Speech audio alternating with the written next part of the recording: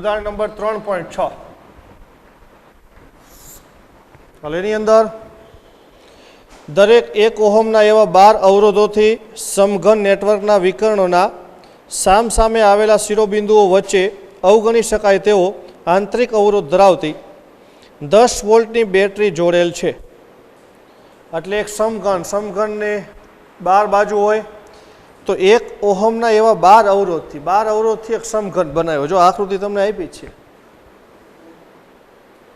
અને દરેક જે સમઘન છે એ સમઘનમાંથી પ્રવાહ પસાર કરવા માટે તેના વિકર્ણના સામસામેના બિંદુઓ, તો વિકર્ણના સામસામેના બિંદુઓ એટલે શું? તો આકૃતિ તમને આપી જ છે. જો વિકર્ણના સામસામેના બિંદુ, એની સામેનું બિંદુ સી ડેશ, એ બે વચ્ચે જો બેટરીનું જોડાણ કર્યું, બરાબર. પછી એવું જરૂરી નથી એ અને સી ડેશ જ થાય. બીની સામેનું બિંદુ સી ડેશ સી થાય. બે સી ડેશ તમને આપ્યા છે. બીની સામેનું બિંદુ ડી ડેશ થાય છે. આ બાજુનું હે સુધારો કરી નાખજો. આ બાજુનું સી ડેશ આપ્યું ને આ બાજુનું સી ડેશ આપ્યું. એક બાજુનું સી ડેશ, એક બાજુનું ડી ડેશ થાય છે. એટલે વિકર્ણના સામસામેના બિંદુઓ ઘણા બધા થઈ શકે, બરાબર. 4 પેર થાય. એટલે તમને આકૃતિમાં એ અને સી ડેશની પેર આપી છે. હવે જો હું આકૃતિ દોરું,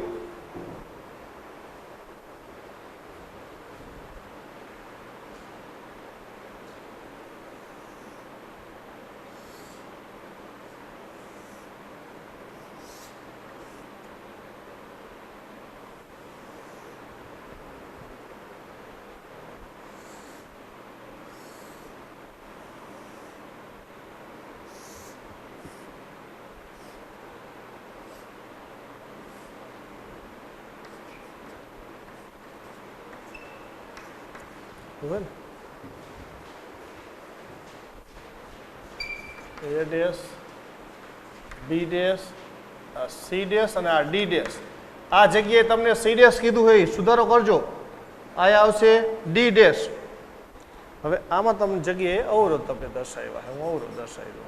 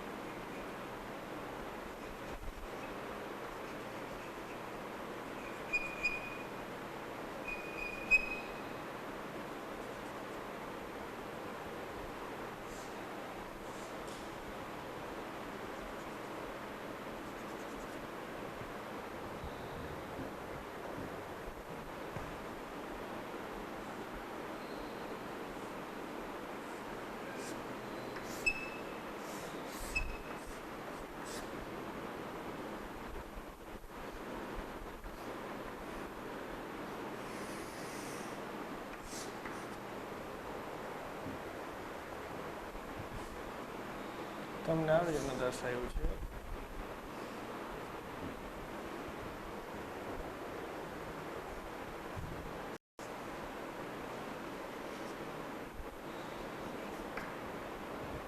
ચાલો આવી આકૃતિ તમને દર્શાવી છે. આ સમઘનની બધી બાજુ ઉપર અવરોધ છે 1 ઓહમના. આ બધાય ઓહમ.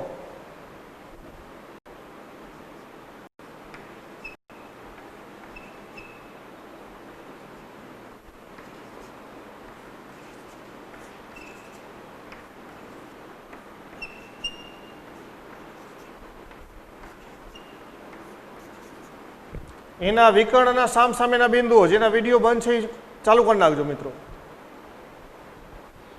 વિકર્ણના સામસામેના બિંદુઓ એટલે એની સામેનું બિંદુ સી ડેશ થાય. એવી જ રીતના બીની સામેનું બિંદુ ડી ડેશ થાય. ડીની સામેનું બિંદુ બી ડેશ થાય. સીની સામેનું બિંદુ એ ડેશ થાય. એટલે 4 પેર થાય.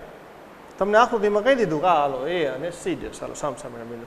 એની વચ્ચે બેટરીનું જોડાણ કર્યું. આનો વોલ્ટેજ છે 10 વોલ્ટ. 10 વોલ્ટ EMF વાળી બેટરીનું જોડાણ કર્યું. એનો આંતરિક અવરોધ અવગણી શકાય. આંતરિક અવરોધ 0 ગણવાનો, બરાબર. એટલે આંતરિક અવરોધ ગણતરીમાં લેવાનું નથી. તો હવે શું કીધું છે આપણને? નેટવર્કનો સમતુલ્ય અવરોધ અને સમઘનની દરેક ભુજામાંથી પસાર થતો પ્રવાહ શોધો. નેટવર્કનો સમતુલ્ય અવરોધ એટલે આ બધાય બારે બાર તાર ભેગા કરો એટલે જે એ સમતુલ્ય અવરોધ શોધવાનો છે, આર ઇક્વિવેલેન્ટ, અને બધાયમાંથી પસાર થતો પ્રવાહ શોધવાનો કે ભાઈ આ તારમાંથી કેટલો, આમાંથી કેટલો, આમાંથી કેટલો, આમાંથી બધાયમાંથી પસાર થતો. હવે જ્યારે આવા સમઘન નેટવર્ક વાળા દાખલા હોય ત્યારે ખાસ કરીને પ્રવાહનું વિભાજન જ બહુ મહત્વ છે. પ્રવાહનું વિભાજન થયા પછી દાખલાની ગણતરી હાવ 2 સ્ટેપની જ છે. એટલે પ્રવાહનું વિભાજન એક સમજવાનું, બરાબર. તો પ્રવાહના વિભાજન માટે જો બેટરી છે, બેટરીના ધન ધ્રુવમાંથી પ્રવાહ નીકળે એટલે ઋણ ધ્રુવમાં દાખલ થાય, એ રીતનો પ્રવાહ દર્શાવવાનો. હવે આપણે કેટલો પ્રવાહ અહીંયા દર્શાવો એ જોઈજો. સમજો આમાંથી આવતો પ્રવાહ છે આ, જોઈજો, સમજો. આ એ પ્રવાહ દાખલ થાય એ બિંદુએ, એ બિંદુએથી પ્રવાહ દાખલ થાય છે. એ બિંદુ પાસે 3 જંકશન, એ બી દિશામાં જાય, એ ડી દિશામાં જાય અને એ ડેશ દિશામાં જાય. જો 3 દિશામાં પ્રવાહની વહેંચણી થાય. તો ત્રણેય દિશામાં પ્રવાહ કેટલો વહેંચાય એના માટે પથ જોવો પડે. એ બિંદુએથી નીકળતો બધો પ્રવાહ છે ને સીરીયસ બિંદુએ ભેગો થાય, અહીંયાથી પાછો વળી બેટરીમાં આવતો રહે. જો હા, તો એ બિંદુએ દાખલ થતો પ્રવાહ છે એ કેટલા માર્ગે જાય તો 3 માર્ગે જાય. તો ગણતરી કરવાની તમારે અવરોધ જોવાનો જોઈએ. એથી આ માર્ગે જે પ્રવાહ જાય ને બી માર્ગે, તો આ એક અવરોધ આવે, આ બીજો અવરોધ આવે, આ ત્રીજો અવરોધ આવે, 3 અવરોધ આવે એના માર્ગમાં. રેડી, હાલો. હવે જે આ માર્ગે જાય એમાં જોઈજો, હવે આ ડી માર્ગે જાય ને એમાં એક અવરોધ આવે, આ બીજો અવરોધ આવે ને આ ત્રીજો અવરોધ આવે, એટલે એમાંય 3 અવરોધ આવે. તો બેમાં હરખા જ અવરોધ થયા. ત્રીજો માર્ગ લઈ હાલો. તો આ જે એ ડેશ માર્ગે જાય છે એમાં એક અવરોધ આવશે, પછી આ બીજો અવરોધ આવશે અને આ ત્રીજો અવરોધ આવશે. એમાંય 3 અવરોધ આવ્યા. તો 3 દિશામાં પ્રવાહની વહેંચણી થાય છે, એ બી, એ ડી અને એ ડેશ. ત્રણેય દિશાના પથમાં અવરોધ તો 3 જ આવે, એટલે ત્રણેયમાં સરખા અવરોધ છે. સરખા અવરોધ આવે એટલે પ્રવાહની વહેંચણી સરખી થાય. અવરોધ વધારે હોય પ્રવાહ ઓછો આવે, અવરોધ ઓછો હોય પ્રવાહ વધારે આવશે. અવરોધ સરખા, પ્રવાહ સરખો વેચાય છે. તો ત્રણેય દિશામાં પ્રવાહ સરખો વેચાય. આ દિશામાં જેટલો આવે એટલો જ આ દિશામાં જાય, એટલો આ દિશામાં. તો આમાં જેટલો પ્રવાહ આવે છે એના 3 ભાગ પડી જાય, 1, 2 અને 3. સમજી લ્યો કે આ પ્રવાહ છે ને આ ત્રીજા ભાગનો આ બાજુ, ત્રીજા ભાગનો આ બાજુ, ત્રીજા ભાગનો આ બાજુ. જોઈજો 3 ભાગ પડ્યા એટલે હું અહીં લખું 3. બીજું સમજો પહેલા.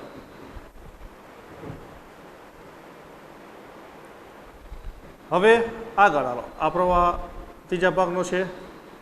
પછી વળી પાછું બી બિંદુ પાસેથી શું થાય? બી બિંદુ પાછું જંકશન બની, અહીંયાથી પ્રવાહ વેચાય, આ બાજુ જાય અને આ બાજુ જાય. તો વળી માર્ગ જોવાના સરખા હે કે લાંબા ટૂંકા. હાલો આ બાજુ જાય, બાજુ સીરીયસ લગી જ જાય. તો એક અવરોધ આવે, બીજો આવે, 2 આવે, પછી આમ જાય એને 1 આવે ને 2, એને 2. તો બેના માર્ગ સરખા જ છે, આ બાજુ જાય એનો, આ બાજુ જાય એનો. તો બેના માર્ગ સરખા છે તો અહીંયાથી પ્રવાહના 2 ભાગ પડશે. કેટલા ભાગ પડશે? 2 ભાગ પડે એટલે ગુણ્યા 2 કરી નાખો.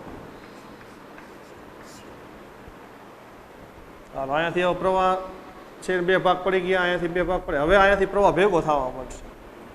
બધો અહીંયાથી વેચાણો હોય પ્રવાહ, જો અહીંયા પાછો સીરીયસ બિંદુ ભેગો થાય છે ને, એટલે તમારે એકવાર 3 ભાગ પડે, એકવાર 2, એટલે 6 ગણો પ્રવાહ લેવાય. દાખલાની સરળતા ખાતર તમારે 6 ગણો પ્રવાહ લેવાનો, બરાબર. પણ તમને જે ગણતરીમાં આપ્યું છે ને એમાં અડધો પ્રવાહ લીધો છે અપૂર્ણાંકમાં, એટલે હું એ પ્રમાણે હાલું તો હું 3 ગણો પ્રવાહ લઉં. જોઈજો, સમજો. નકર 6 ગણો લઈએ ને તો વધારે હેલો થાય. તો આમાંથી નીકળતો પ્રવાહ તમારે 3i લેવાનો. કેમ 3i? 3 ભાગ પડે એટલે 3i પ્રવાહમાંથી નીકળો, 3i પ્રવાહ એ બિંદુએ દાખલ થાય. એ બિંદુથી 3 સરખા ભાગ પડે એટલે આ પ્રવાહ આઈ થાય. જોઈજો હવે આ પ્રવાહ આઈ થાય છે અને આ પ્રવાહ આઈ થઈ ગયો. જોઈજો હવે વળી આ પ્રવાહ બી બિંદુએથી 2 સરખા ભાગમાં વેચાણો, તો આ અડધો અને આ અડધો. તો આ અડધો એટલે આ i/2 થઈ જાય અને આ શું થઈ જાય? i/2. એ વચ્ચે અહીંયા ભેગો થવા બનશે. હાલો વળી આપણે આ માર્ગની વાત કરી ને હવે ડી બિંદુએ. તો ડી બિંદુએ પ્રવાહ આવે છે આઈ. જોઈજો આઈ પ્રવાહ આવે છે. આ તો 1 છે અને 1 ઓહમ લખી નાખો. આઈ પ્રવાહ છે આમાં દાખલ થયો, ડી બિંદુએથી વળી પાછો વેચાણો, એટલે એક આ બાજુ જાય, થોડોક આ બાજુ જાય. આ બાજુ જાય એના માર્ગ લઈ લેવાના 1 ને 2, હાલ 2 અવરોધ આવે. આમાં 1 ને 2 એની 2 અવરોધ આવે તો સરખો વેચાય એટલે આનો અડધો, એટલે આનો અડધો એટલે I/2 અને આ બાજુ I/2.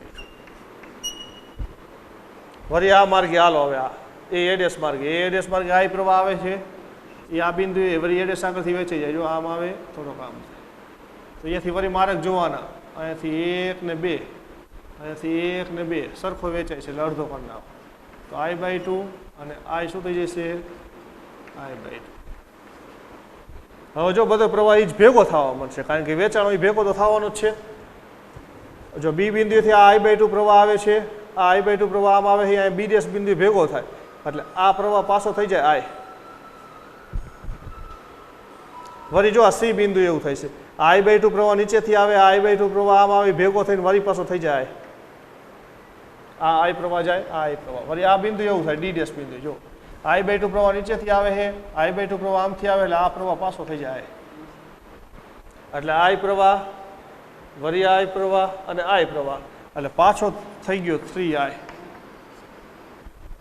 આ દાખલામાં આટલી ખબર પડવી જોઈએ એટલે દાખલો પછી આવડી ગયો. ફરીથી જોઈ લેજો, જેટલા ભાગ પડતા જાય ને એટલા ગુણવી નાખવાના. પહેલા અહીંયા 3 ભાગ પડે તો 3, હજી બીજા 2 ભાગ પડે 2, અને એટલા ગણો જ પ્રવાહ લેવાનો એટલે અપૂર્ણાંક આવે નહીં. જો આપણે એટલા ગણો લીધો જ ને તો I/2 ન આવે, ક્યાં I/2 આવ્યો ને ન આવે, I જ આવે. 6 ગણો પ્રવાહ લીધો પણ ટેક્સ પ્રમાણે આવ્યા એટલે 3 ગણો લીધો એટલે અડધા આવ્યા. 3 ગણો પ્રવાહ મેં લીધો, એ પ્રવાહ એ બિંદુએથી દાખલ થયો, એના 3 ભાગ પડ્યા એટલે ત્રીજા ભાગનો આ બાજુ ગયો, ત્રીજા ભાગનો આમ, ત્રીજા ભાગનો એટલે I. રેડી? હવે આ I પ્રવાહ આમ જાય છે, વળી બી બિંદુથી પાછા 2 ભાગ પડ્યા હરખા એટલે આ I/2 અને આ બાજુ જાય I/2. રેડી? વળી આગળ આ બાજુ જે I 2 ભાગ પડ્યા, આ I/2, આ I/2. આ પ્રવાહ જાય એના 2 ભાગ પડ્યા અહીંયાથી I/2, I/2. પછી બધા ભેગા થવા માંડ્યા. ક્યાં ભેગા થાય તો C બિંદુ આગળ ભેગા થાય. જો C' બિંદુ આગળ ભેગા થાય, B' બિંદુ આગળ ભેગા થાય, અહીંયા ભેગા થાય. તો આ C બિંદુ જો I/2 અને I/2 ભેગા થઈને થઈ ગયા I. B' બિંદુએ તો આ I/2 અને નીચેના I/2 ભેગા થઈને થઈ ગયા I. વળી આ D' બિંદુએ તો D' બિંદુ આ I/2 અને આ I/2 ભેગા થઈ ગયા થઈ ગયા I. આ ત્રણેય આ I અને I ભેગા થઈને થઈ ગયા 3I. પાછો પ્રવાહ આટલો આવતો રહેશે 3I. બેટરીમાંથી જેટલો પ્રવાહ નીકળ્યો એટલો પાછો દાખલ થઈ ગયો. બરાબર? હાલો હવે એનું વર્ણન આપણે લખવાનું છે. આપણે તો અસરકારક અવરોધ શોધવાનો. બધામાંથી પસાર થતો પ્રવાહ મેં આમ દર્શાવી દીધો, જો I ને I/2. બરાબર? તો આકૃતિમાં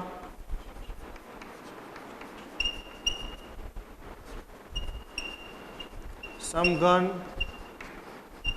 નેટવર્કના વિકર્ણ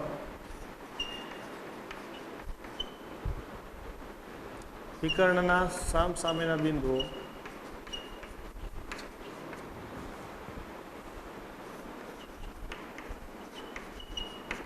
A અને C'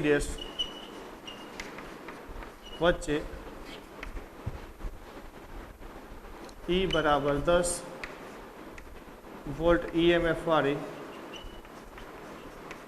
બેટરીનું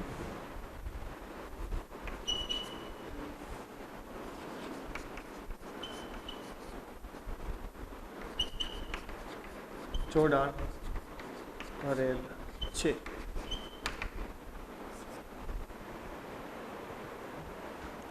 ધારો કે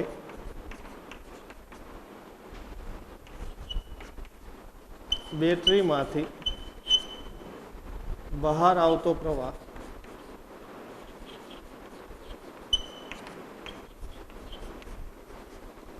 I છે.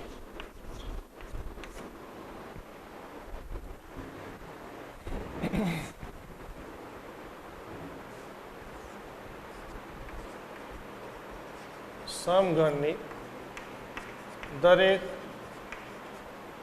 ભુજાઓમાંથી પસાર થતો પ્રવાહ આકૃતિમાં દર્શાવેલ છે.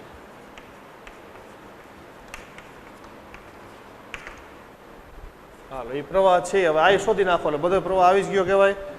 I શોધી નાખો આ 3i શોધો એટલે i મળી જાય. i મળે એટલે આ પ્રવાહ આવી ગયો ને i/2 આ બધો પ્રવાહ આવી ગયો. બરાબર. એટલે હવે આપણે i શોધવાના છે ને અસરકારક અવરોધ શોધવાનો છે. તો અસરકારક અવરોધ શોધવા માટે આપણે બંધ પરિપથ લેવો પડશે. હા, તો હું એક બંધ પરિપથ લઉં. કિર્ચોફનો નિયમ. જો બંધ પરિપથ અહીંયા લઉં a b c c dash અહીંયાથી e a બંધ પરિપથ માટે કિર્ચોફનો બીજો નિયમ લેતા જોજો ફરતી a b c c dash અહીંયાથી આ બેટરી અને પાછું a b c c dash e a માર્ગે કિર્ચોફનો બીજો નિયમ લેતા.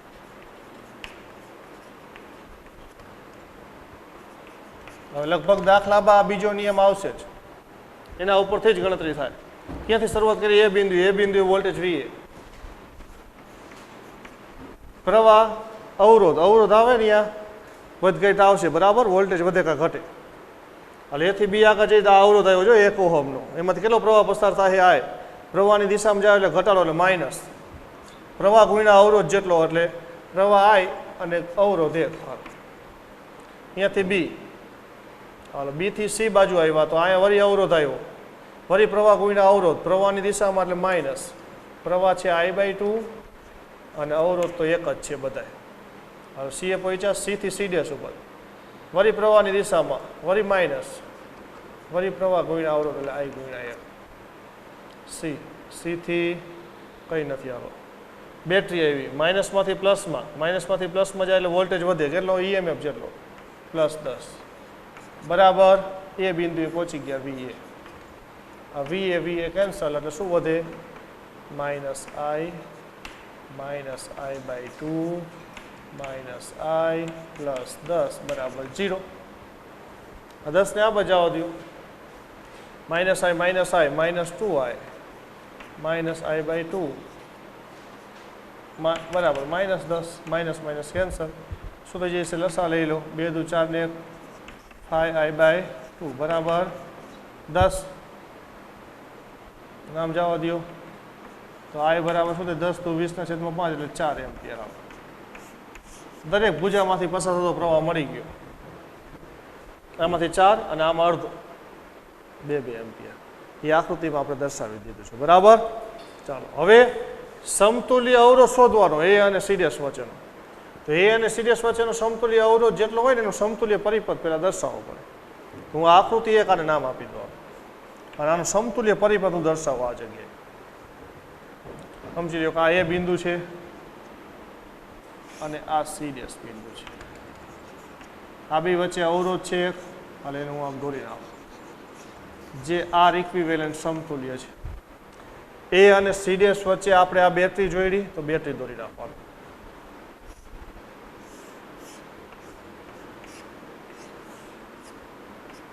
બેટરીનો વોલ્ટેજ છે 10 વોલ્ટેજ.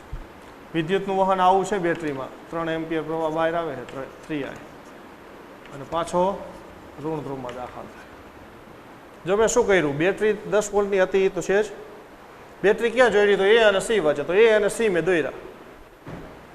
A અને C વચ્ચે આખું સમઘન છે તો સમઘનનો આખાનો અવરોધ કેટલો એ તો શોધવાનો. એ મેં એક અવરોધ દોરી રાખ્યો. સમતુલ્ય અવરોધ જેટલો હોય ને એટલો એક જ અવરોધ. આ અવરોધમાં 12 અવરોધ આવી ગયા. હવે આપણે આ અવરોધ શોધવાનો. એટલે આને મેં કહેવાય આપેલ જે સમઘનના નેટવર્ક વાળી જટિલ પરિપથ છે ને એનો સમતુલ્ય પરિપથ કહેવાય. આને કોઈ તો આકૃતિ 2 આવે. જોઈજો. ધારો કે A અને C ડેશ વચ્ચેનો સમતુલ્ય અવરોધ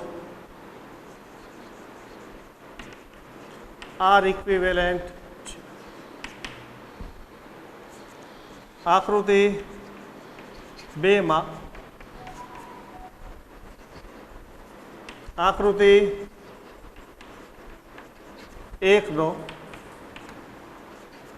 1ની સમતુલ્ય પરિપથ દર્શાવેલ છે.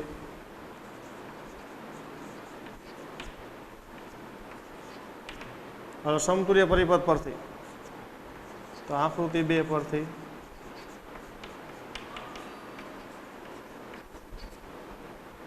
જોઈજો આકૃતિ 2 પરથી આનો વોલ્ટેજ બરાબર આના બે છેડા વચ્ચેનો વોલ્ટેજ એટલે આમનું લખીએ કાંઈ 3I ગુણ્યા R ઇક્વિવેલેન્ટ બરાબર બેટરીનો વોલ્ટેજ V બરાબર IR બેટરીના બે છેડા વચ્ચેનો વોલ્ટેજ એટલે EMF કેટલો આવે ઓલા અવરોધના બે છેડા વચ્ચેનો વોલ્ટેજ અવરોધ એટલે જે શોધવાનો છે એના બે છેડા વચ્ચેનો વોલ્ટેજ એટલે એમાંથી પસાર થતો પ્રવાહ ગુણ્યા અવરોધ એ બેટરીનો વોલ્ટેજ થાય એવું મેં લખ્યું છે તો આપણે લખીએ કાંઈ જોઈજો 3I R ઇક્વિવેલેન્ટ અને આ E બરાબર કેટલા 10 I બરાબર તો આપણે શોધતા હે મૂકી દો કિંમત હાલો તો આમ લખીએ કાંઈ 3 ગુણ્યા 4 ગુણ્યા R ઇક્વિવેલેન્ટ બરાબર 10 કરો R ઇક્વિવેલેન્ટનું સૂત્ર ન કરતા તો R ઇક્વિવેલેન્ટ બરાબર શું થઈ જશે 10/12 આવું થઈ જશે 10/12 છેદ ઉડી જાય 5 દુ 10 14 દુ 12 તો R ઇક્વિવેલેન્ટ બરાબર 5/6 ઓહમ આપેલ 12 સમઘનના જે અવરોધ ભેગા કરો ને એટલે આટલો અવરોધ થાય આ સમતુલ્ય અવરોધ તમને મળ્યો બધામાંથી પસાર થતો પ્રવાહ સમતુલ્ય અવરોધ એના માટે પહેલાં તો પ્રવાહનું વિભાજન જોવાનું હતું પછી તો મેં કિર્ચોફનો નિયમ લીધો કિર્ચોફનો નિયમ લીધો એટલે પ્રવાહ મળી જાય સમતુલ્ય પરિપથ દોરો એટલે એના ઉપરથી અવરોધ મળી જાય આવા સમઘનવાળા 3-4 રીતના દાખલા આવે જુદા જુદા ત્રણેયમાં પહેલાં પ્રવાહનું વિભાજન લેવાનું પછી કિર્ચોફનો નિયમ ઉપરથી સામાન્ય કંઈ ગણતરી જ નથી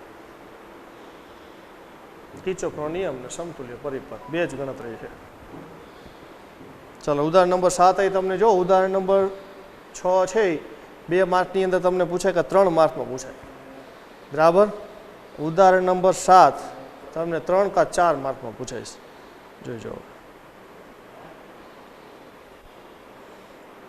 આકૃતિ 3.24માં દર્શાવેલ નેટવર્કમાં દરેક શાખામાંથી વહેતો પ્રવાહ શોધો બધામાંથી ક્યાંથી કેટલો કેટલો પ્રવાહ પસાર થાય શોધવાનો છે આકૃતિ તમને આપી છે આકૃતિ દોરવાની ચાલો પહેલાં આકૃતિ દોરી પછી આપણે અંદાજ લગાવે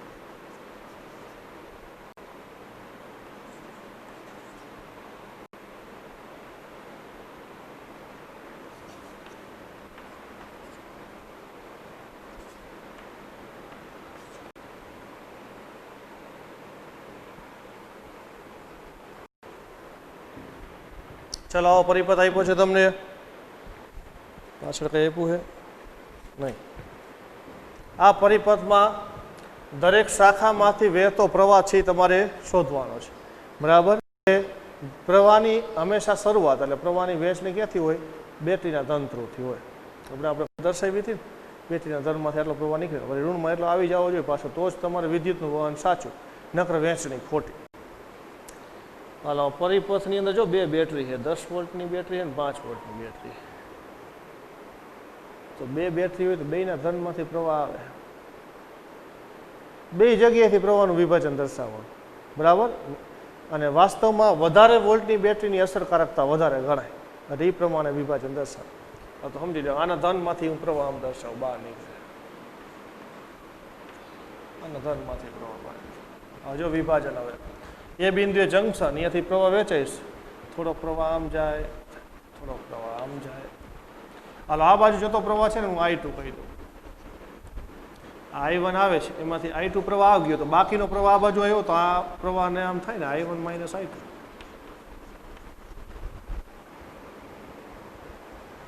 પછી આ બાજુ આમાંથી નીકળતો પ્રવાહ છે ને એનું નામ નથી પણ એને I3 કહી દઈએ. હાલો આપણે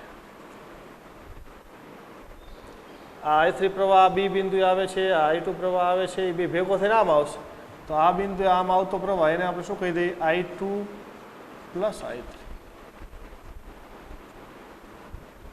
હાલો I2 પ્લસ I3 આમ આવે છે. વળી સી બિંદુએ જંકશન પર અહીંયાથી પ્રવાહ વેચાય, આમે જાય ને આમે જાય, થોડો પ્રવાહ આમ થાય, બાકીનો આમ આવે. તો જો આ બેટરીના ધન ધ્રુવમાંથી જેટલો પ્રવાહ નીકળે તો ઋણમાં દાખલ થઈ જ જાય, એટલે આમ તો પ્રવાહ આવતો હોય તો I1 હોય જ, એમાં તો કોઈ સવાલ છે જ નહીં. અને આમાં I3માં પ્રવાહમાંથી નીકળે એ I3 પાછા આમાં દાખલ થઈ જ જાય. તો જો આ જે પ્રવાહ આવ્યો ને I2 પ્લસ I3, એમાંથી I1 તો આમ વહી ગયું, બાકીનો નીચે આવશે ને, બાકીનો એટલે I2 પ્લસ I3 માંથી આ બાદ કરી નાખો, એટલે આ પ્રવાહ થાય છે I2 plus I3 minus I1 થાય. આ રહ્યો એ પ્રવાહ આવો થાય છે. હવે એ પ્રવાહ આ જો I2 plus I3 minus I1 નીચે આવે છે, આ આમ આવે છે, બે ભેગો થઈને આમ જાય છે, તો બે ભેગો થઈને શું થઈ જાય જોવો છે, I1 minus I2 plus I3 minus I1, અને એ ભેગો થઈને પાછો I3 થવો જોઈએ તો સાચો. I1 ગયા, હવે I2 ગયા તો I3 જ બેઠા, જો પાછો પ્રવાહ છે I3 આવી ગયો, એટલે આમાંથી નીકળતો પ્રવાહ I3 પાછો આવી ગયો, આમાંથી નીકળતો પ્રવાહ I1 પાછો આવી ગયો, વિદ્યુતનું વહન તો સાચું, નકર ખોટું. જો I3 પ્રવાહ અહીંયાથી નીકળતો હોય ને પછી અહીંયા I3 નો આવે તો ક્યાંક વિદ્યુતના વહનમાં કંઈક ગોટાળો હોય. બરાબર, ચાલો પરિપથમાં થતું વિદ્યુત વહન મેં આકૃતિમાં દર્શાવ્યું. હવે તમારે શું કરવાનું છે, તો તમારે બધામાંથી પ્રવાહ પસાર લેવાનો ને, એટલે I1 ને I2 ને I3 ને બધા શોધી નાખવાના. બધી શાખામાંથી વહેતો પ્રવાહ કીધો છે, I1 I2 ને I3 ત્રણ થાય. જો I1 શોધો એટલે આ આવી જાય, I2 શોધો આ આવી જાય, I1 I2 એટલે આ આવી જાય, અને I3 ત્રણ શોધવાનું થાય છે. તો આકૃતિમાં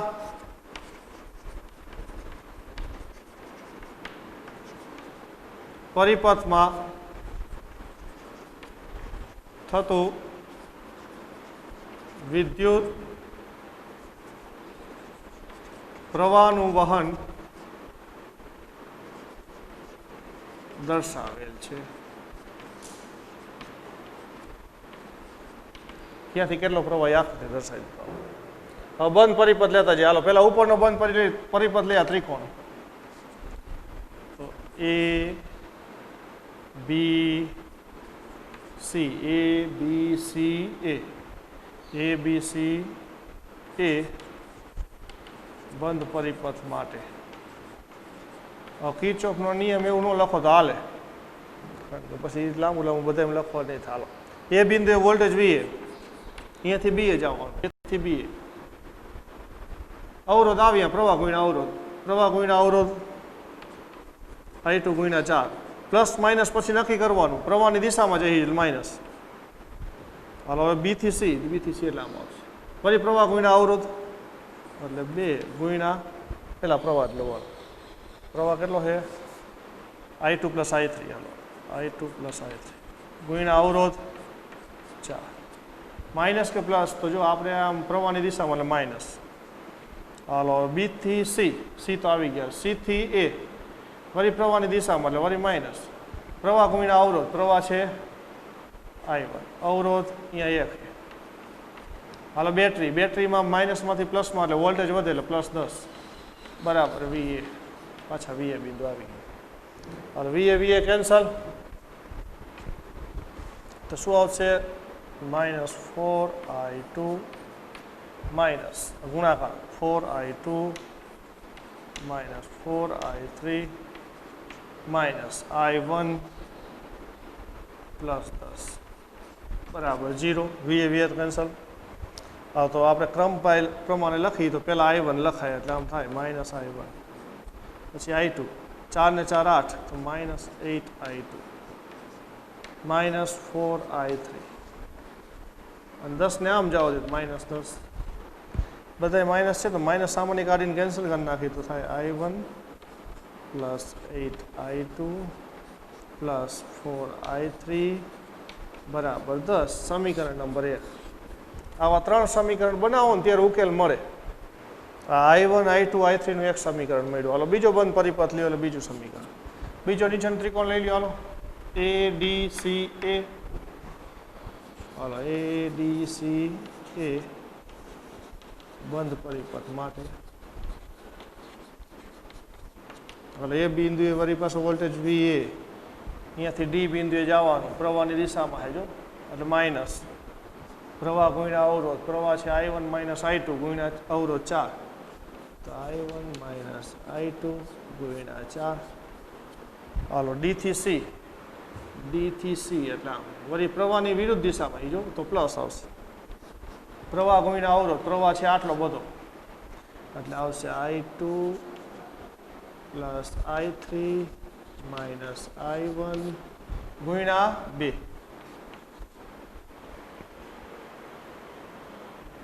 ચાલો હવે C બિંદુ C થી A એટલે વળી પાછો વળી પ્રવાહની દિશામાં એટલે માઇનસ I1 ગુણ્યા 1 અને બેટરીનો વોલ્ટેજ માઇનસમાંથી પ્લસમાં એટલે પ્લસ 10 બરાબર VA હાલો VA કરી નાખો કેન્સલ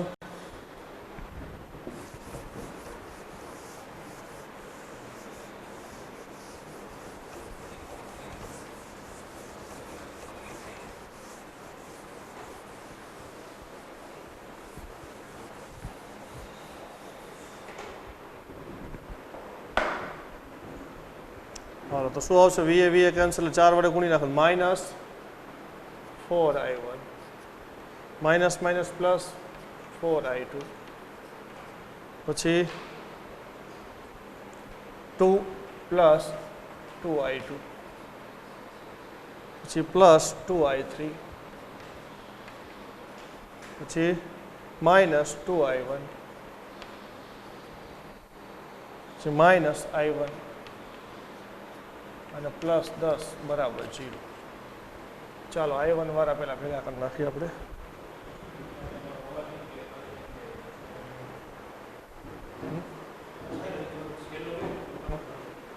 જો ગુણાકાર VA કેન્સલ થઈ ગયા 4 ની અંદર ગુણ્યા 4 minus 4I1 minus minus plus 4I2 ચાલો ગુણાકાર 2I2 2I3 માઇનસ 2I1 જોઈજો ઓલી બાજુ પદ માઇનસ I1 પ્લસ 10 બરાબર 0 હાલો I1 વાળા પદ લ્યો આ 4 ને 2 6 ને 1 7 એટલે માઇનસ 7I1 પછી I2 વાળા 4 ને 2 6 તો 6 6I2 હાલો I3 વાળા પદ I3 એક જ છે તો 2I3 બરાબર 10 ને આમ જો માઇનસ 10 માઇનસ સામાન્ય કાઢો હોય તો કઢાય અથવા ન કાઢો હોય તો કંઈ વાંધો નહીં તો આને કહી દો સમીકરણ નંબર 2 હાલો હવે ત્રીજું આપણે આ લઈ લઈએ હાલો આ ભાગ BDEB આ બાજુ BCDEB આટલો ભાગ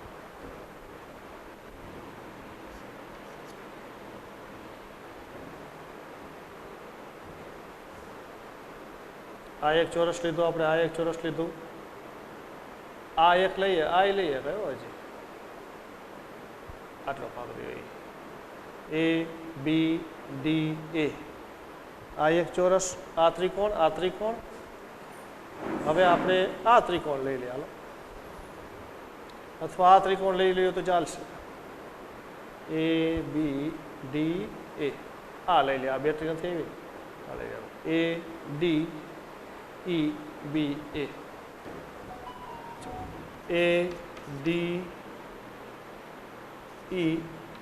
ADEBA બંધ માર્ગ માટે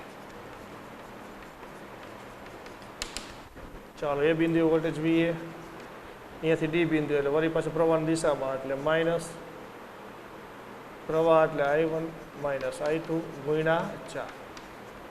ચાલો અહીંયાથી ડીથી અહીંયા તો કંઈ છે જ નહીં, બેટરી આવી, માઇનસમાંથી પ્લસમાં +5.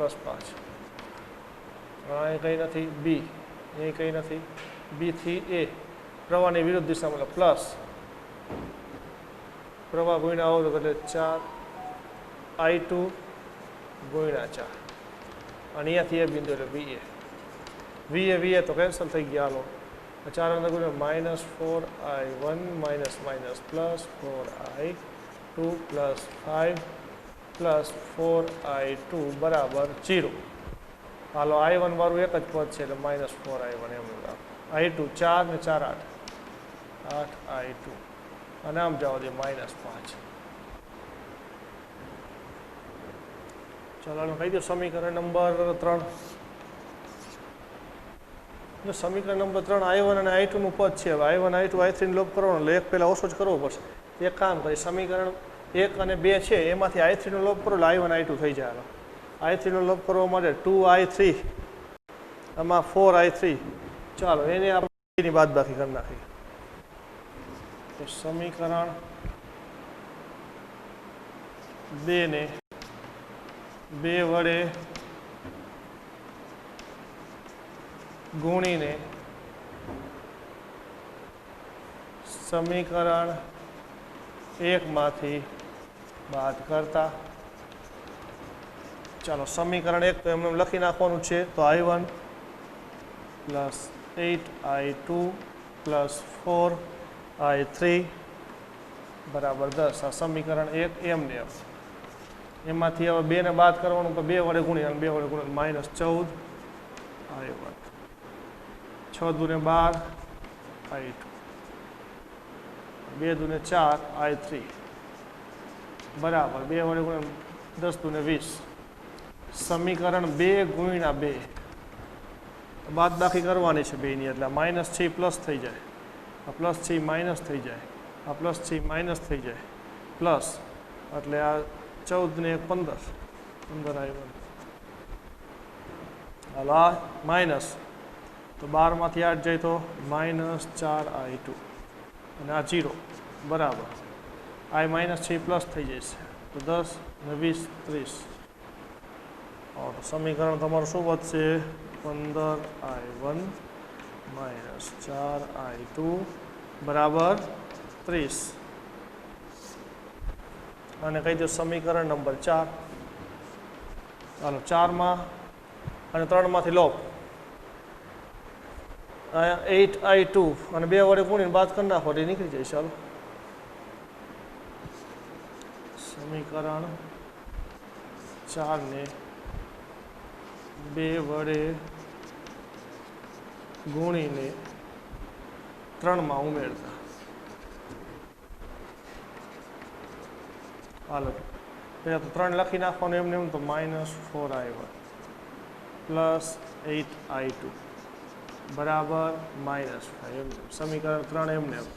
સમીકરણ 4 ને 2 વડે ગુણવાનું તો 30I1 પ્લસ 4 દુને 8 -8I2 અને 30 દુને 60. સમીકરણ 4 શું કરવાનું? ઉમેરવાનું હોય તો કંઈ નિશાની બદલવાની નથી. આમ તો 30 માંથી 4 જાય તો 26I1 આ 0 બરાબર 60 માંથી 5 જાય તો 55 -55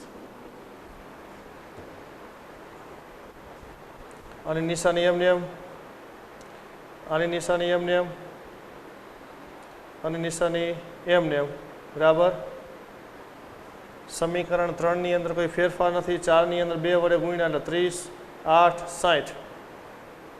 30 માંથી 4 બાદ કર્યા, આ બે 0 થઈ ગયા. 60 માંથી 5 બાદ કર્યા. હાલો તો શું લખીએ કે I1 બરાબર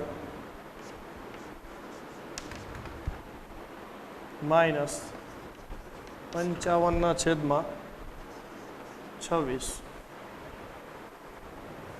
આ 0 છે તો I1 બરાબર આના 26 ને આ બાજુ લઈ લીધા તો I1 બરાબર શું આવ્યા? -55/26. જો I1 ની નિશાની માઇનસ છે એનો મતલબ શું થયો? કે આપણે જે પ્રવાહ લીધો છે એની વિરુદ્ધ દિશામાં પ્રવાહનું વહન થવું જોઈએ. એટલે I1 આપણે આ દિશામાં લીધો છે ને, તો I1 આ દિશામાં આવવો જોઈએ. બરાબર. હવે આ I1 ની કિંમત છે એ આપણે સમીકરણ નંબર 3 માં મૂકી દઈએ, એટલે I2 ની કિંમત મળે તમને.